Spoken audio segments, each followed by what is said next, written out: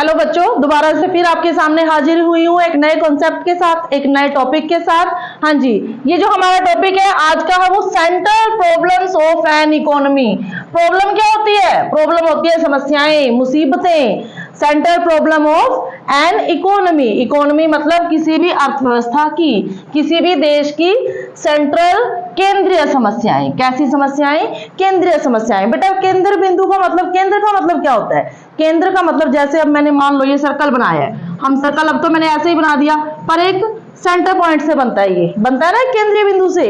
तो ये केंद्र बिंदु जो है इसके ऊपर ये पूरा का पूरा सर्कल निर्भर है। तो मानकर चलो ये केंद्र है और ये पूरा का पूरा देश है। भाई अगर इसमें कुछ दिक्कत आती है तो पूरा देश बिगड़ जाएगा ना। अगर ये सेंटर पॉइंट सही ना हो तो ये बार बार हिलता डुलता रहे या बिगड़ता रहे तो देश कैसा होगा? टेढ़ा मेढ़ा बन जाएगा, है ना। तो अब यहाँ पर क्या है कि किसी भी देश की जो है वो केंद्रीय समस्याएं, मतलब एक ऐसी समस्या जिससे बाकी सारी समस्याएं जुड़ी हुई हैं, जिससे बाकी सारी समस्याएं जो है वो जुड़ी हुई हैं। हाँ जी, करते हैं। जो अर्थव्यवस्था है, अर्थव्यवस्था का मतलब यहाँ पर देश है, और देश जो है अर्थव्यवस्था चलती है बेटा अर्थशास्त्र से। किससे चलती है? अर्थशास्त्र से। और अर्थशास्त्र किससे चलता है भाई? अर्थशास्त्र चलता है आर्थिक क्रियाओं से। किससे चलता है? आर्थिक क्रियाओं से। आर्थिक क्रियाएं मतलब धन कमाने के उद्देश्य से जो क्रियाएं की जाती हैं। जिन बच्चों को अर्थशास्त्र, आर्थिक क्रियाएं या जो मैं वर्ड बोल रही हूं उनके मीनिंग को समझने में दिक्कत है, या जो बच्चे आज नए आए हैं तो प्लीज वो जाके पहले पिछली वीडियो देखें, वहां पर आपको हर एक वर्ड का पहले मीनिंग क्लियर हो जाएगा। उसके बाद आपको आगे जो सारी टर्म है वो समझ आने लग जाएंगी। एकदम से आपको ये क्लियर नहीं होगी अगर आप ये वीडियो देखते हो, ठीक है। हाँ जी, अब अर्थशास्त्र में अगर आपको याद हो हमने एक बात पढ़ी थी कि हमारे पास जो मनुष्य है या अर्थव्यवस्था में जितने लोग रहते हैं, देश में जितने लोग रहते हैं, उनकी आवश्यकताएं कैसी हैं? उनकी आवश्यकताएं हैं असीमित। कैसी है? असीमित, पूरी नहीं होती। एक पूरी होती है तो दूसरी शुरू हो जाती है, दूसरी शुरू होती है तो तीसरी आ जाती है। आवश्यकताओं को पूरा करने के लिए हमें क्या चाहिए? आवश्यकताओं को पूरा करने के लिए हमें चाहिए साधन। और साधन हमारे पास कैसे होते हैं? साधन होते हैं बेटा सीमित। यहां पर ये लगाओ भाई, आवश्यकता तो बार बार कभी कुछ खरीदने का मन कर रहा है, कभी कुछ खरीदने का मन कर रहा है। एक चीज ले लो फिर दूसरी का मन कर जाता है, दूसरी ले लो फिर तीसरी का मन कर जाता है ना। लेकिन उन चीजों को खरीदने के लिए क्या चाहिए? धन चाहिए, अर्थ चाहिए। क्या चाहिए? अर्थ, धन चाहिए। अब धन कैसा है? धन तो भाई धन कैसा है? धन है सीमित। जो साधन है वो कैसे हैं? वो है सीमित। तो हमें क्या करना पड़ता है? तो हमें इन आवश्यकताओं को सीमित साधनों से पूरा करने के लिए चुनाव करना पड़ता है। क्या करना पड़ता है? चुनाव। तो जो देश होता है, जो अर्थव्यवस्था होती है, वहां पर भी जो सरकार है, जो अर्थव्यवस्था है, वो सभी नागरिकों की आवश्यकता को पूरा नहीं कर सकती। तो ऐसी अवस्था में उनको चुनाव करना पड़ता है, क्योंकि साधन तो भाई देखो क्या है। अब किसी भी देश में, किसी भी अर्थव्यवस्था में 3 साधन मानकर चलते हैं। कौन कौन से? नंबर 1 है यहाँ पर भूमि, फिर श्रम और फिर पूंजी।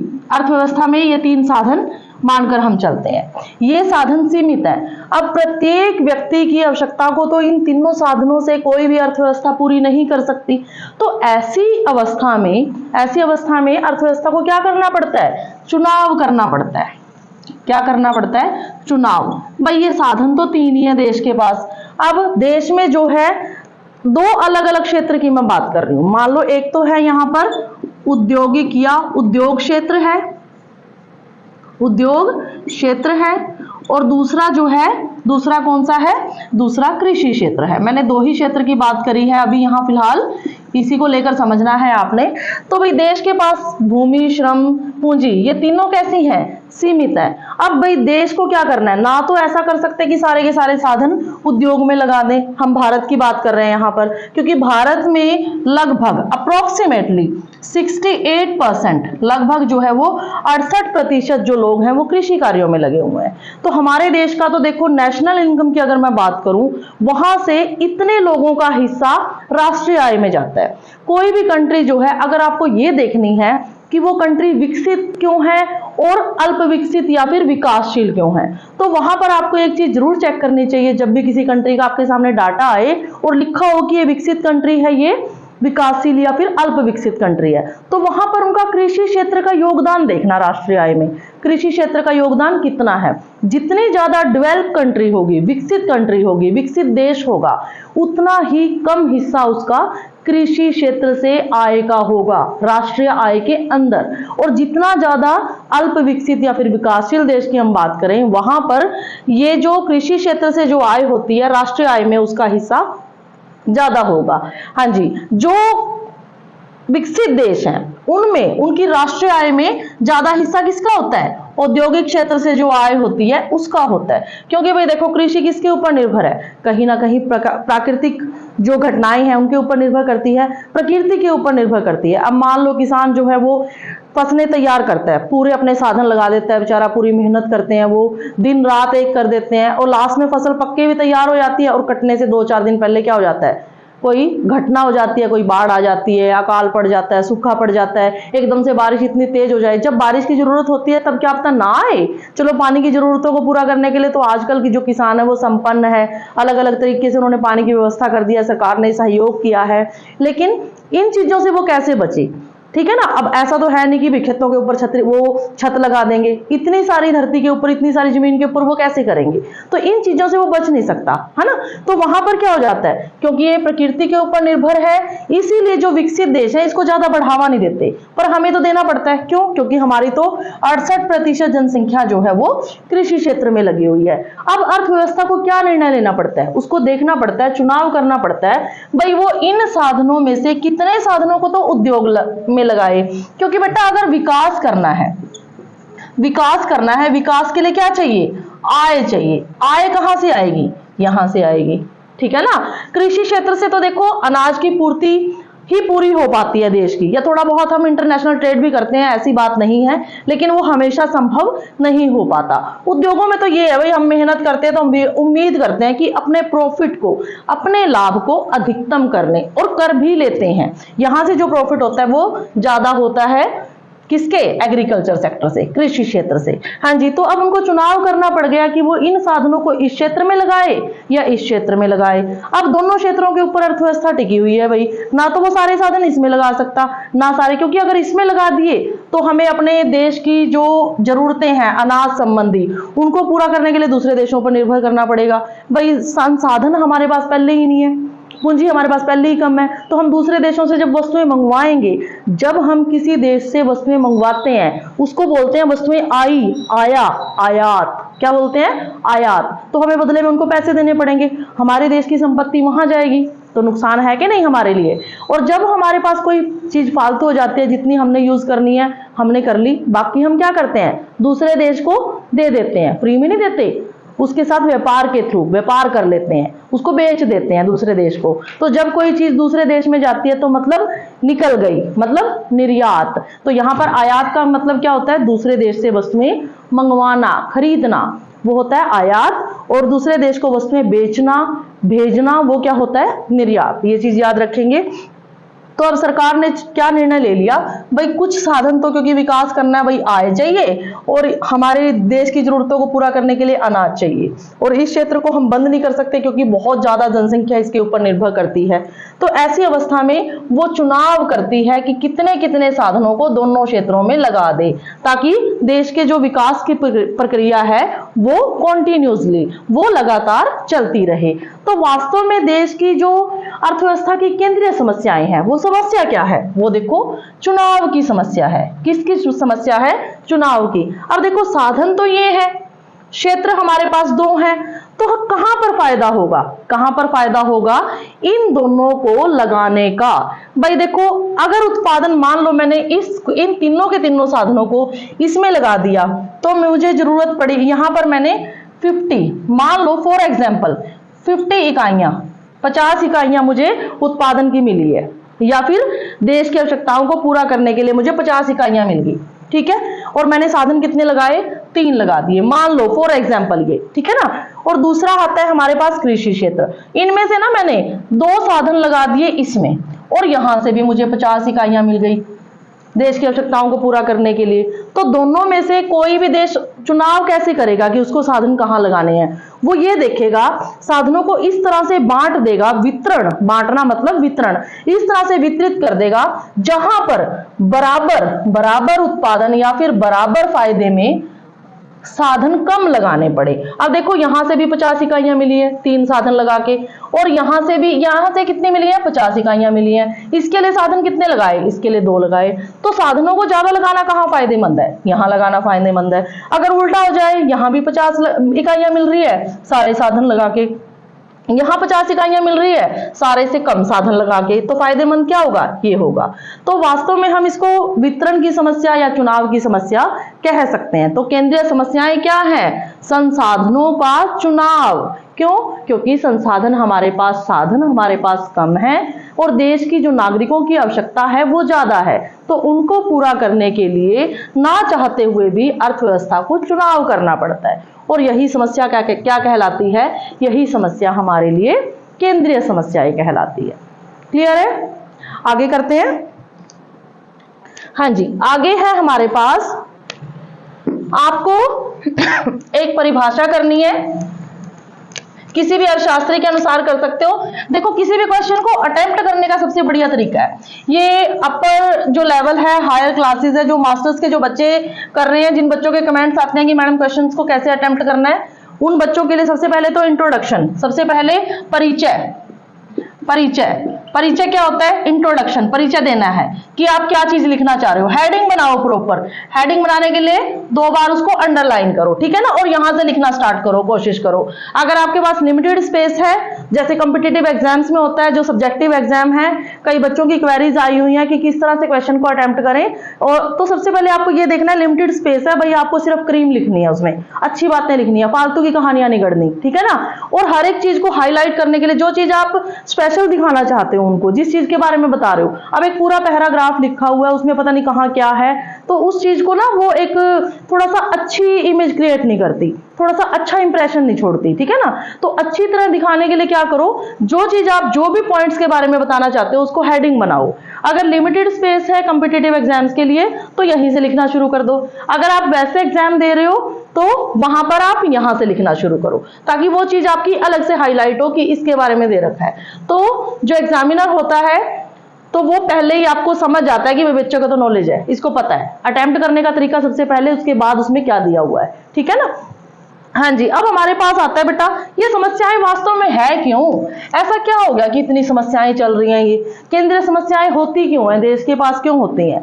सबसे पहला कारण तो है, किसी भी, ये सिर्फ अल्प विकसित या विकासशील देशों के साथ नहीं है, ये विकसित देशों के साथ भी है बेटा।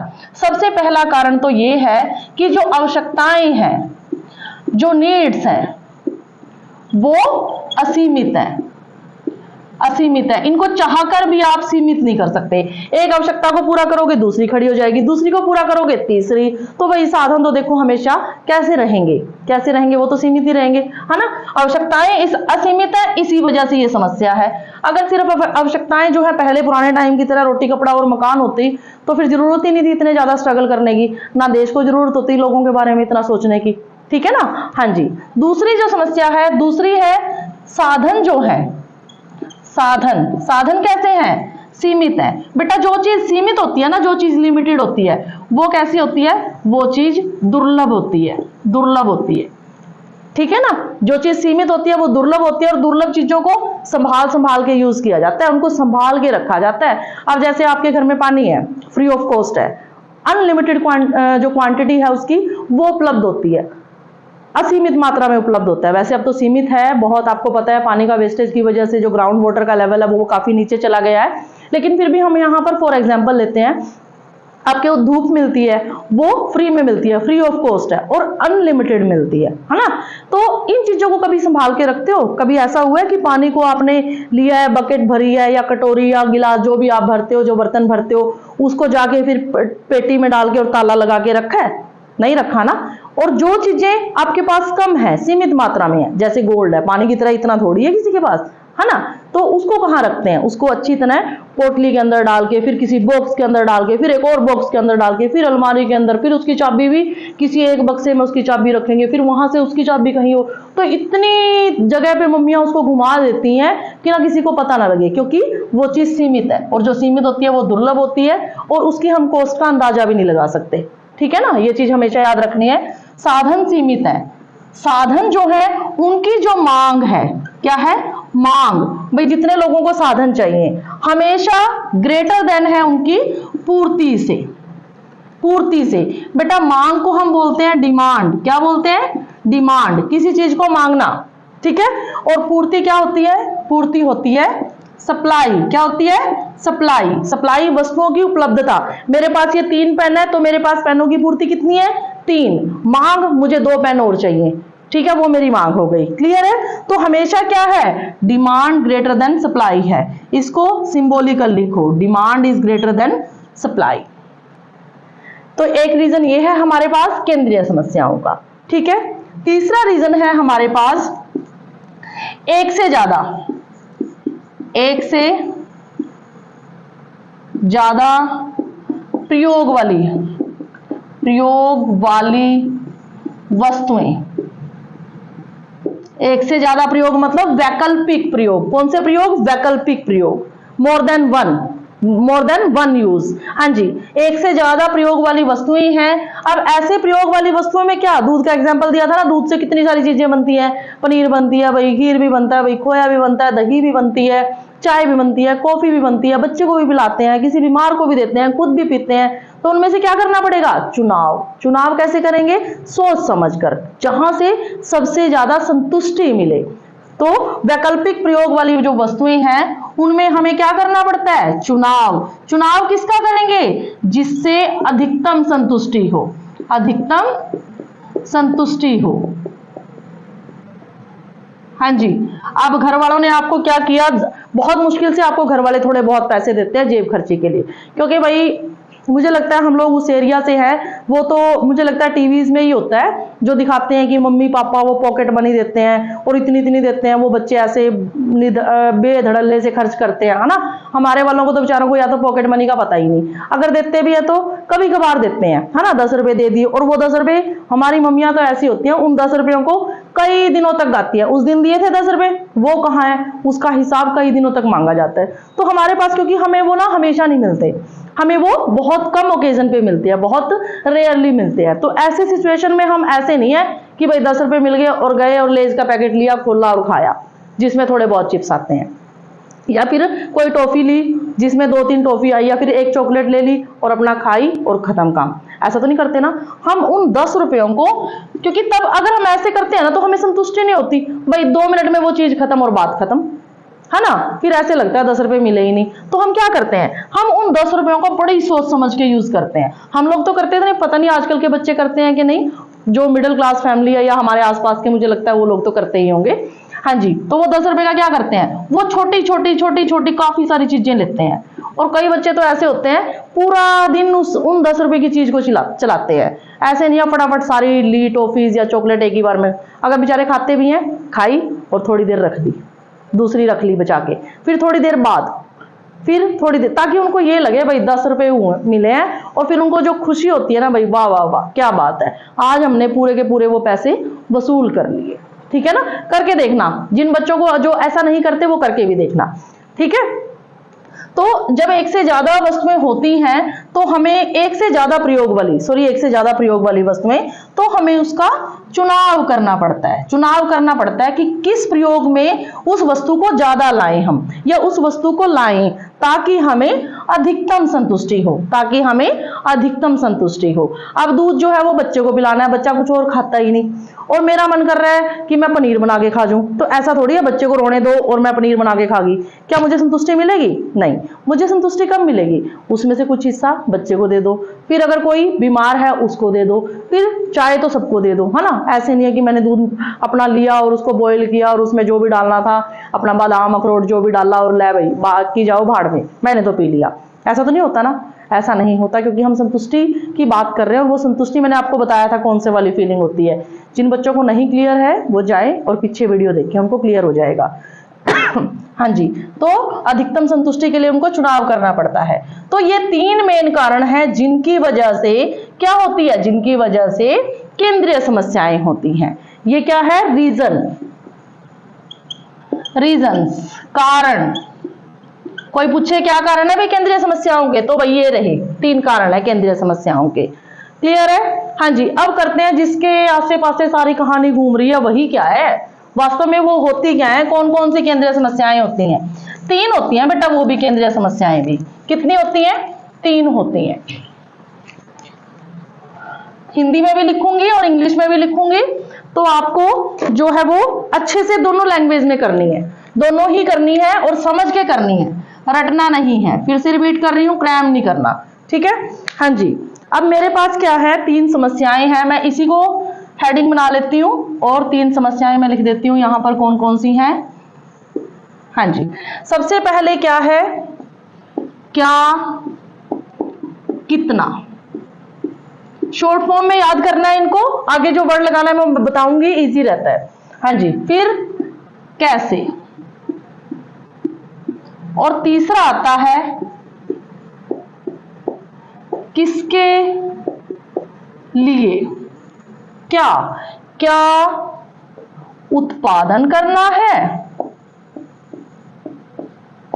इसको याद करने का तरीका क्या है, क्या और कितना, कैसे और किसके लिए। अब एक वर्ड जोड़ना है बीच में, तो वो हर एक में जोड़ना है। क्या उत्पादन करना है, कितना उत्पादन करना है, कैसे उत्पादन करना है, किसके लिए उत्पादन करना है। ठीक है?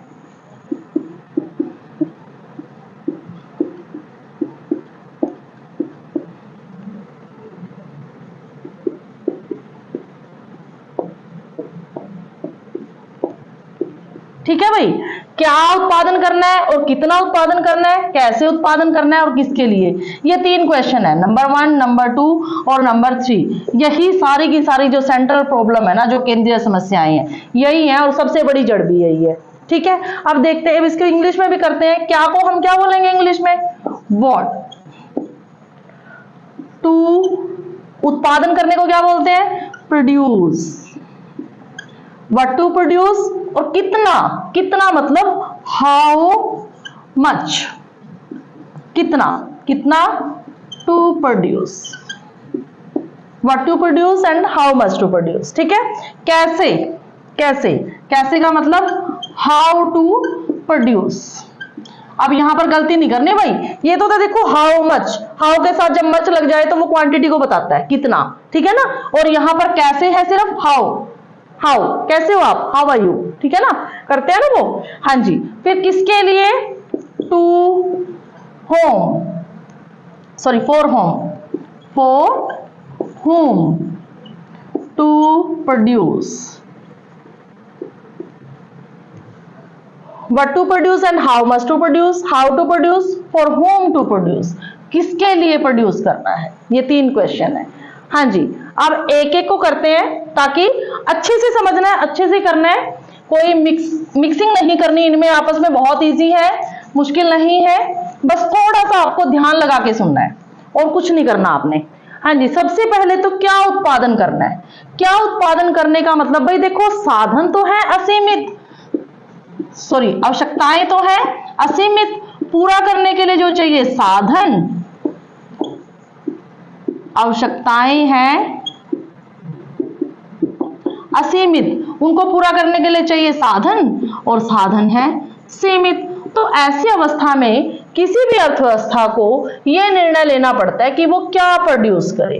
क्या प्रोड्यूस करने का यहां पर 2 पहलू हैं, नंबर 1 और नंबर 2। नंबर 1 है कि क्या वो उपभोक्ता वस्तु बनाए, उपभोक्ता वस्तुएं। बेटा उपभोक्ता, उपभोक्ता कौन होता है, एक टर्म से निकला है ये जिसको हम बोलते हैं उपभोग। क्या बोलते हैं, उपभोग, वस्तुओं का प्रयोग करना, वस्तुओं का प्रयोग करना, का प्रयोग करना। अब मैं इस पेन का प्रयोग कर रही हूं आपको समझाने के लिए, तो मैं इसका उपभोग कर रही हूं। हम खाना खाते हैं तो हम खाने का उपभोग कर रहे हैं, हम कपड़े पहनते हैं तो हम कपड़े का उपभोग कर रहे हैं, जब हम पढ़ते हैं तो हम ज्ञान का उपभोग कर रहे हैं, ठीक है ना। तो वस्तुओं का या किसी भी चीज का प्रयोग करना उपभोग करना कहलाता है। और जो उपभोग करता है, जो उपभोग करता है वो होता है उपभोक्ता, ठीक है। हाँ जी, अब उपभोक्ता वस्तुएं क्या हो गई, जो हमारी दैनिक जीवन की आवश्यकताएं हैं, हल्दी, नमक, मिर्च, चीनी, जो कहते हैं ना हम परचून की दुकान पे मिलती है, वही, उन्हीं को मानकर चलो, वही होती हैं उपभोक्ता वस्तुएं। तो अर्थव्यवस्था को यह निर्णय लेना है भाई क्या वो उपभोक्ता वस्तुएं बनाए, क्योंकि उपभोक्ता वस्तुओं की बेटा एक तो कीमत इतनी ज्यादा नहीं होती। अब आप देखो चीनी की कीमत में कितनी वृद्धि होती है, थोड़ी बहुत, है ना। और प्रत्येक घर में प्रत्येक व्यक्ति के द्वारा कहीं ना कहीं किसी ना किसी रूप में उसका प्रयोग किया ही जाता है ना। तो यहाँ पर वो देखता है कि क्या वो उपभोक्ता वस्तुएं बनाए भाई, क्योंकि अगर उपभोक्ता वस्तुएं बनाएगा देखो उससे लाभ तो कम मात्रा में होगा या होगा ही नहीं, ठीक है ना, या तो होगा या तो होगा ही नहीं, अगर होगा तो बहुत कम मात्रा में। दूसरा आता है क्या वो पूंजीगत वस्तुएं बनाए, कौन सी, पूंजीगत। पूंजीगत वस्तुएं कौन सी होती हैं, पूंजीगत वस्तुएं होती हैं मशीनरी, बड़ी बड़ी मशीनें, या बड़ी बड़ी जो हम भूमि खरीदते हैं वो उसको मान सकते हैं, बड़ी मशीनों को मान सकते हैं, हर वो चीज जिससे पूंजी बनती है, जिससे उद्योगों को मानते हैं, ठीक है ना। उद्योगों में काम करने के लिए, उद्योगों में उत्पादन करने के लिए जितने भी साधन हैं वो सारे के सारे जो है उसमें पूंजीगत वस्तुओं को हम शामिल करते हैं, जो भारी मशीनरी है, जिसमें ज्यादा पूंजी लगती है, ठीक है ना। तो पूंजीगत वस्तुएं उत्पादित करें। अब देश को क्या करना है, क्या उत्पादन करना है, क्या वो उपभोक्ता वस्तुएं उत्पादित करें, लेकिन इसमें लाभ ना के बराबर होगा, ठीक है, या फिर वो पूंजीगत वस्तुएं उत्पादित करें। पूंजीगत वस्तुओं में लाभ तो बहुत होगा, लेकिन भाई ये वस्तुएं भी तो जरूरी है, देश कोई मशीन थोड़ी खाएगा, ठीक है ना। तो उसको निर्णय लेना होता है इन दोनों में से क्या करे, फिर अपने देश की स्थिति देखकर वो इन वस्तुओं को उत्पादित करने का निर्णय ले लेता है, ठीक है। और फिर तीसरा आ जाता है, तीसरा क्या वो युद्धकालीन वस्तुएं। युद्धकालीन वस्तुएं क्या होगी बेटा, हथियार, या फिर आर्मी के ऊपर खर्च करना, पुलिस के ऊपर खर्च करना, किसी भी तरह के, जितने भी तरह के युद्धकालीन, युद्ध में काम आने वाली वस्तुएं हैं, युद्ध में जो मशीनें काम आती हैं वो वाली, है ना। तो क्या वो उनके ऊपर खर्च करे, तो ये निर्णय तो तब लेगा ना वो जब अगर उसकी सबके साथ दुश्मनी हो। अगर कोई देश ऐसा है जो हर किसी के साथ पंगे ले रहा है, हर किसी के साथ लड़ाई कर रहा है, तो भाई उसको भी तो खतरा होगा पूरा, भाई तेरे को कभी ना कभी कोई ना कोई उड़ा देगा। तो ऐसी सिचुएशन में वो क्या करता है, वो अपने आप को पूरी तरह से तैयार रखता है, उसके पास युद्धकालीन वस्तुएं पूरी की पूरी मिलेंगी आपको, क्योंकि जब वो दूसरों को चिढ़ा रहा है तो कोई ना कोई आगे उसको भी कर देगा भाई उसका काम तमाम, तो अपने आप को बचाने के लिए। फिर चौथा आता है या फिर शांतिकालीन वस्तुएं। शांतिकालीन वस्तुएं युद्धकालीन वस्तुओं को छोड़कर बाकी सारी की सारी जो है वो शांतिकालीन वस्तुएं हैं, ठीक है ना। शांतिकालीन वस्तुएं जैसे अब अगर आर्मी और पुलिस को बढ़ाया जाए तो वो तो युद्धकालीन वस्तुएं आती हैं, शांतिकालीन वस्तुओं में और अदर डिपार्टमेंट को बढ़ाया जाए हम वो भी ले सकते हैं, और बाकी सारी वस्तुएं युद्धकालीन को छोड़कर शांतिकालीन वस्तुएं आती हैं, ठीक है ना। हाँ जी, तो देश को क्या क्या निर्णय लेना पड़ता है भाई, साधन तो तीन ही है, भूमि, श्रम और पूंजी। क्या वो सारे साधनों को इसमें लगाए या इसमें लगाए या इसमें लगाए या फिर इसमें लगाए।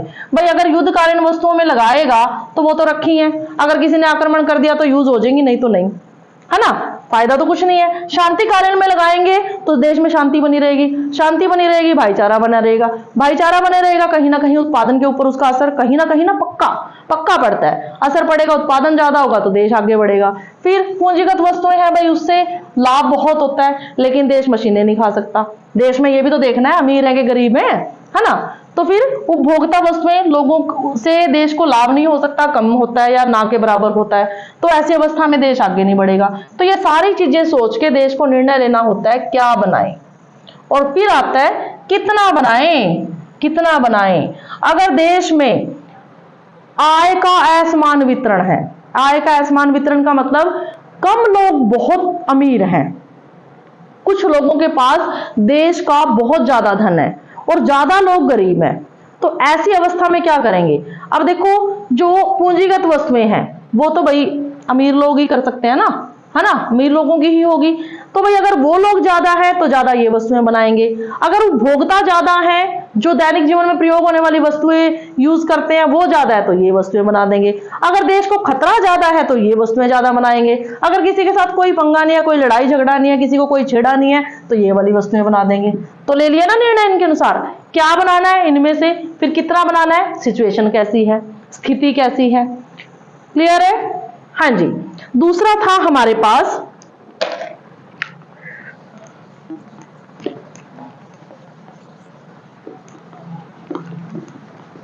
हाँ जी, दूसरा क्या था, दूसरी समस्या क्या थी, कैसे बनाएं। वो वस्तुएं तो बता दी उसने, चारों तरह की वस्तुएं हैं भाई आपके पास।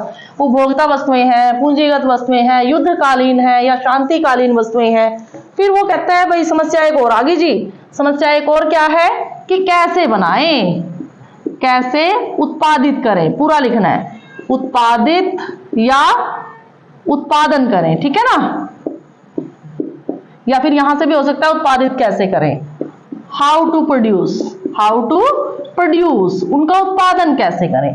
अब कैसे का मतलब क्या है बेटा, किसी भी देश में उत्पादन की तकनीक होती है। तकनीक क्या होती है, तकनीक का मतलब वो प्रोसीजर जिससे काम किया जाता है, ठीक है ना। अब कोई बच्चा क्या है, वो वर्ड्स को ऐसे लिटा लिटा के लिखता है, मतलब उनकी टेक्निक्स ऐसी है, वो ऐसे लिखते हैं। कोई बिल्कुल सीधे लिखता है, कोई किसी की राइटिंग बहुत साफ होती है, हम पूछते हैं भाई बड़ी बढ़िया राइटिंग है, ऐसी क्या टेक्निक लगाता है जी, मैं ऐसे लिखता हूँ, है ना। कोई किसी चीज को किसी तरह से बना देता है अर्ली टाइम में जल्दी, कोई उसी काम को थोड़ा देर से करता है। तो हम पूछते हैं बता भाई तेरा तरीका क्या है, वो तरीका ही टेक्निक है, ठीक है ना। तो उत्पादन की बेटा दो तरह की तकनीक होती है। कितनी तरह की, दो तरह की। एक तो होती है श्रम प्रधान तकनीक, ठीक है, दूसरी होती है पूंजी प्रधान, फिर आगे तकनीक। श्रम का मतलब क्या होता है, लेबर, क्या होता है, लेबर। प्रधान का मतलब होता है यहां पर टेक्निक के लिए यूज है इंटेंसिव, क्या होता है, इंटेंसिव। और तकनीक क्या है, टेक्निक, ठीक है, लेबर इंटेंसिव टेक्निक, श्रम प्रधान तकनीक, ठीक है ना।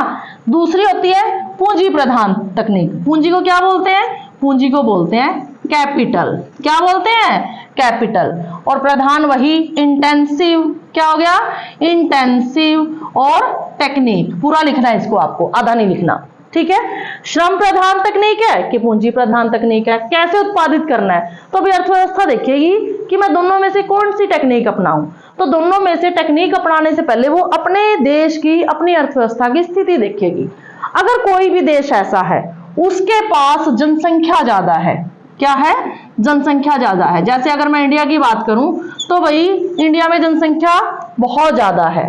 तो अब ऐसा काम करो ना यहां जिसमें लोगों को रोजगार मिल जाए। अगर जनसंख्या ज्यादा है तो वहां पर कौन सी टेक्निक काम करेगी, वहां पर पैसा लगाना वेस्ट है, क्योंकि सारा काम तो आप मशीनों से कर लोगे, लोग तो फ्री बैठे रहेंगे, वो तो बेरोजगार हो जाएंगे।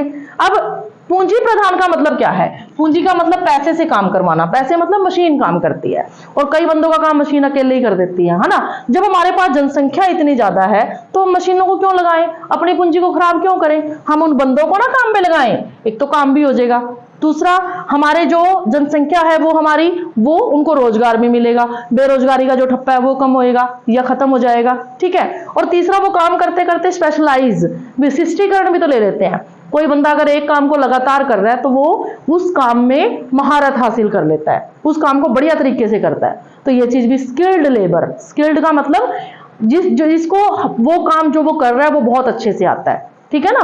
तो ऐसी जनसंख्या हमारे पास बढ़ती है। अब अगर मैं बात करूं ऑस्ट्रेलिया की बात करती हूँ, जहां की जनसंख्या हमारे हरियाणा से भी आधी है, तो भाई अगर उनको काम करना है तो वो ऐसी टेक्निक का प्रयोग करेंगे ना जिसमें पूंजी ज्यादा लगती होगी। भाई पूंजी बतेरी है उनके पास, है ना, विकसित देश है, तो वो ऐसी टेक्निक का प्रयोग करेंगे जहां पर पूंजी ज्यादा लगती है। क्योंकि अगर वो ऐसे काम का प्रयोग करेंगे, ऐसा काम करेंगे, ऐसी टेक्निक का प्रयोग करेंगे जिसमें श्रम लगता हो, तो वो लेबर लाएंगे कहां से, जनसंख्या तो है ही नहीं, है ना।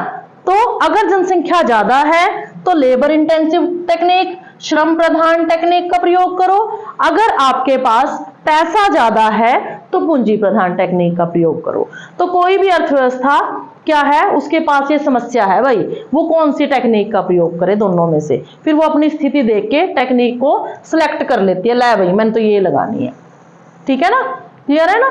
इसको एक एग्जांपल से भी समझ सकते हो। अब आपके घर में जो घर का काम होता है, डेली का काम, अगर अकेली मम्मी है काम करने वाली, तो जो मोप होता है, जो पोछा होता है, वो भी स्टैंडिंग पोछा ले आओगे, है ना। घर में जो बर्तन धोने वाली मशीन भी आती है ना, कपड़े धोने की भी मशीन मिलेगी।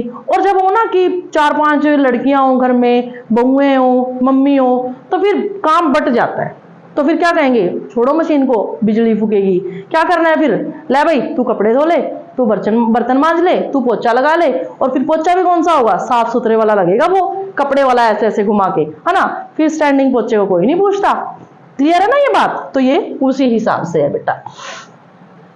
हाँ जी, अब हमारे पास रह गई तीसरी समस्या। तीसरी समस्या और कर लेते हैं, बाकी टॉपिक फिर कल करेंगे। जिन बच्चों को किसी भी तरह की दिक्कत है वो बच्चे, भाई एक तो व्हाट्सएप पे बहुत मैसेजेस आते हैं बेटा। व्हाट्सएप नंबर, व्हाट्सएप जो मेरा नंबर है वो मुझे नहीं पता आप लोगों को कहाँ से मिला है, पर जहां से भी मिला है कोई दिक्कत नहीं है। लेकिन कई बार ऐसे होता है उसको ना चेक नहीं कर पाते, टाइम इतना नहीं होता, है ना।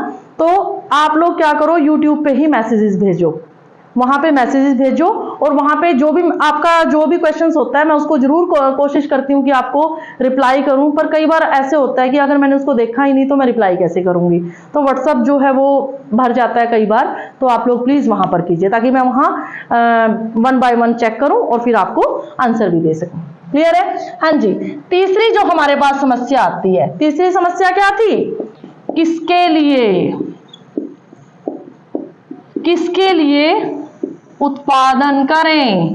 अब किसके लिए का क्या मतलब हो सकता है भाई,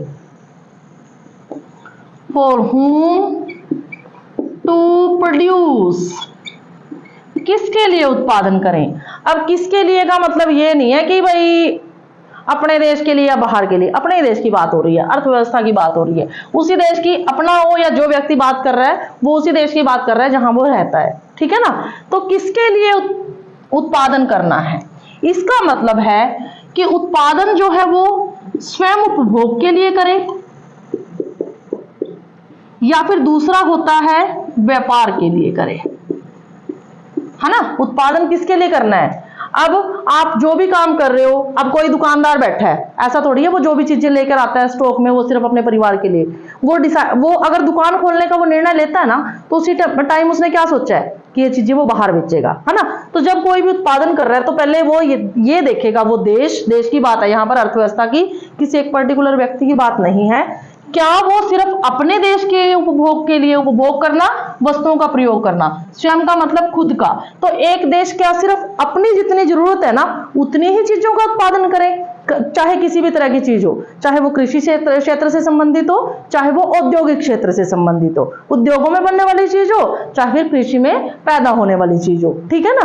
तो क्या वो सिर्फ खुद के लिए, खुद के उपभोग के लिए प्रयोग करे, बनाए उन चीजों को, उन साधनों का प्रयोग करे, भूमि श्रम पूंजी का, और वो चीजें सिर्फ अपने लिए बनाए। भाई बेटा अगर वो अपने लिए ही बनाता है तो क्या फायदा हुआ। ठीक है ना। मान लो मेरे पास जमीन है, मैं कृषि करती हूँ जमीन में, तो मैं सिर्फ उतनी ही जमीन पे खेती करूं जितनी मेरे परिवार को चाहिए, गेहूं या चावल जो भी चीजें हम उत्पादित करते हैं सिर्फ उतना ही उगा लूं, बाकी पड़ी रहे वेस्टेज। जब मेरे पास साधन है तो मैं उनका प्रयोग क्यों ना करूं। ठीक है ना। दूसरा होता है व्यापार के लिए। व्यापार का मतलब क्या है भाई, बेचना, अपने देश में भी बेचना हो सकता है या फिर दूसरे देशों के साथ व्यापार, इंटरनेशनल ट्रेड, अंतरराष्ट्रीय व्यापार।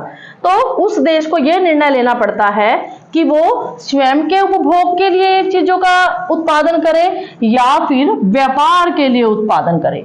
अब यहां पर ये जो क्वेश्चन है ना, ये साधनों का बंटवारे से आ जाता है, साधनों का बंटवारे से आ जाता है। अब यहां पर जो वितरण है वो 2 तरह का है, वितरण है 2 तरह का है। पहले आता है व्यक्तिगत वितरण। व्यक्तिगत वितरण का मतलब यहां पर क्या है, साधनों का बांटना। साधन क्या, उत्पादन को, उत्पादन किसके लिए करना है। ठीक है ना। तो उसका वितरण मतलब बांटना। तो व्यक्तिगत वितरण का मतलब क्या हुआ, क्या जो उत्पादन है वो सिर्फ परिवारों के लिए कर दें। इसका मतलब आय के असमान वितरण से नहीं है। जहां पर हम वितरण शब्द ढूंढते हैं ना, देखते हैं कहीं भी, तो एक ही वर्ड हमारे ध्यान में आता है, आय का असमान वितरण। नहीं, यहां पर आय वाला वितरण कोई मतलब नहीं है, यहां पर साधनों का बंटवारा है। साधन, साधन कौन कौन से? भूमि, श्रम और पूंजी, ठीक है ना। तो व्यक्तिगत वितरण का मतलब क्या है? इन साधनों का बंटवारा क्या सिर्फ व्यक्तिगत हो, परिवारों के लिए हो, सिर्फ उत्पादन परिवारों के उपभोग के लिए हो, ऐसा हो, या फिर दूसरा होता है क्रमागत अध्ययन, क्रमागत वितरण, सॉरी नोट अध्ययन, क्रमागत वितरण। इसका मतलब भी आय के असमान वितरण से नहीं है, इसका मतलब भी यही है कि क्या उत्पादन जो है, उत्पादन की जो क्रिया है वो क्रम से हो। क्रम का मतलब जब हम उत्पादन करने लग गए, पहले अपने घर की नीड को पूरा कर लो, अपने घर की जरूरत को पूरा कर लो, जो बच गया उसको व्यापार कर दो। अपने घर की जरूरत को पूरा करने से संतुष्टि आती है, और जब हम व्यापार करते हैं उससे लाभ आएगा। संतुष्टि से कल्याण होगा और लाभ से विकास होगा, और विकास और कल्याण जब दोनों मिल जाते हैं क्या बनता है? विकास, विकास प्लस कल्याण, कल भी बताया था, क्या बन जाता है? समृद्धि बन जाती है। क्या बन जाती है? समृद्धि बन जाती है। क्लियर है भाई? ये 3 केंद्रीय समस्याएं हैं बेटा। 6 नंबर का भी टॉपिक आता है ये, और मास्टर्स एमए इकोनॉमिक्स में ये जो क्वेश्चन है ये पूरा का पूरा 20 मार्क्स का आता है कुछ नहीं, सिर्फ आपको पहले अर्थव्यवस्था के बारे में बताना है, फिर केंद्रीय समस्याएं किससे संबंधित है, क्या क्या थी, आवश्यकताएं असीमित है, साधन सीमित है, वो सारी इंट्रोडक्शन देनी है। उसके बाद आपको क्या बताना है, कारण क्या है, और फिर आपका ये तैयार है। ठीक है भाई? अगर 1-1 नंबर का क्वेश्चन भी आता है इसमें से, किसके लिए उत्पादन किया जाए इसका मतलब क्या है, इस केंद्रीय समस्या का मतलब क्या है। आगे अब आएगा कि केंद्रीय समस्याएं तो हो गई, इनका समाधान कैसे करना है। हाँ जी, दोबारा फिर मैं रिपीट कर रही हूँ बच्चों, किसी को कोई क्वेरीज है, भाई बच्चे ना मैसेज पे मैसेज ये कर रहे हैं, जैसे उन्होंने पहले किया कि ग्रामर का पोर्शन कराया जाए। अब ग्रामर के लिए मैंने आर्टिकल डाले हैं, तो फटाफट बच्चे हर एक को जिस चीज में प्रॉब्लम है ना वो वही बता रहा है। बहुत अच्छी बात है, और मैं इसीलिए आप लोगों के सामने रूबरू होती हूँ कि आपकी जो समस्याएं हैं मैं उसका समाधान कर सकूं। उनको केंद्रीय समस्याएं तो नहीं कहेंगे, पर समस्याएं तो हैं भाई, है ना। तो उनका समाधान आपको और मुझे मिलके ही करना है, कोई दिक्कत नहीं है। अब बच्चों की क्वेरीज है भाई, अगर एक बच्चा कहेगा प्रेपोजिशन कराओ, एक बच्चा कहेगा टेंस करा दो, एक बच्चा कहेगा मैथ्स का करा दो जी, और जो मास्टर्स के बच्चे हैं वो कह रहे हैं जी जो हमें वो फैक्टर पोस्ट मेथड से वो डाटा निकालना बताओ।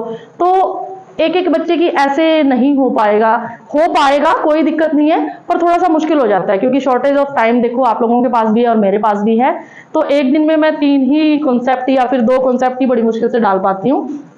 ग्रामर का पोर्शन भी करेंगे, कोई दिक्कत नहीं है। आपकी जो क्वेरीज है मैं हल करने के लिए बैठी हूँ और कर लेंगे, पर आप और बच्चों को भी इकट्ठा करो ताकि जब मैं वीडियो आपके सामने आपको प्रेजेंट कर रही हूँ तो कई बच्चे उससे फायदा उठा सके, है ना।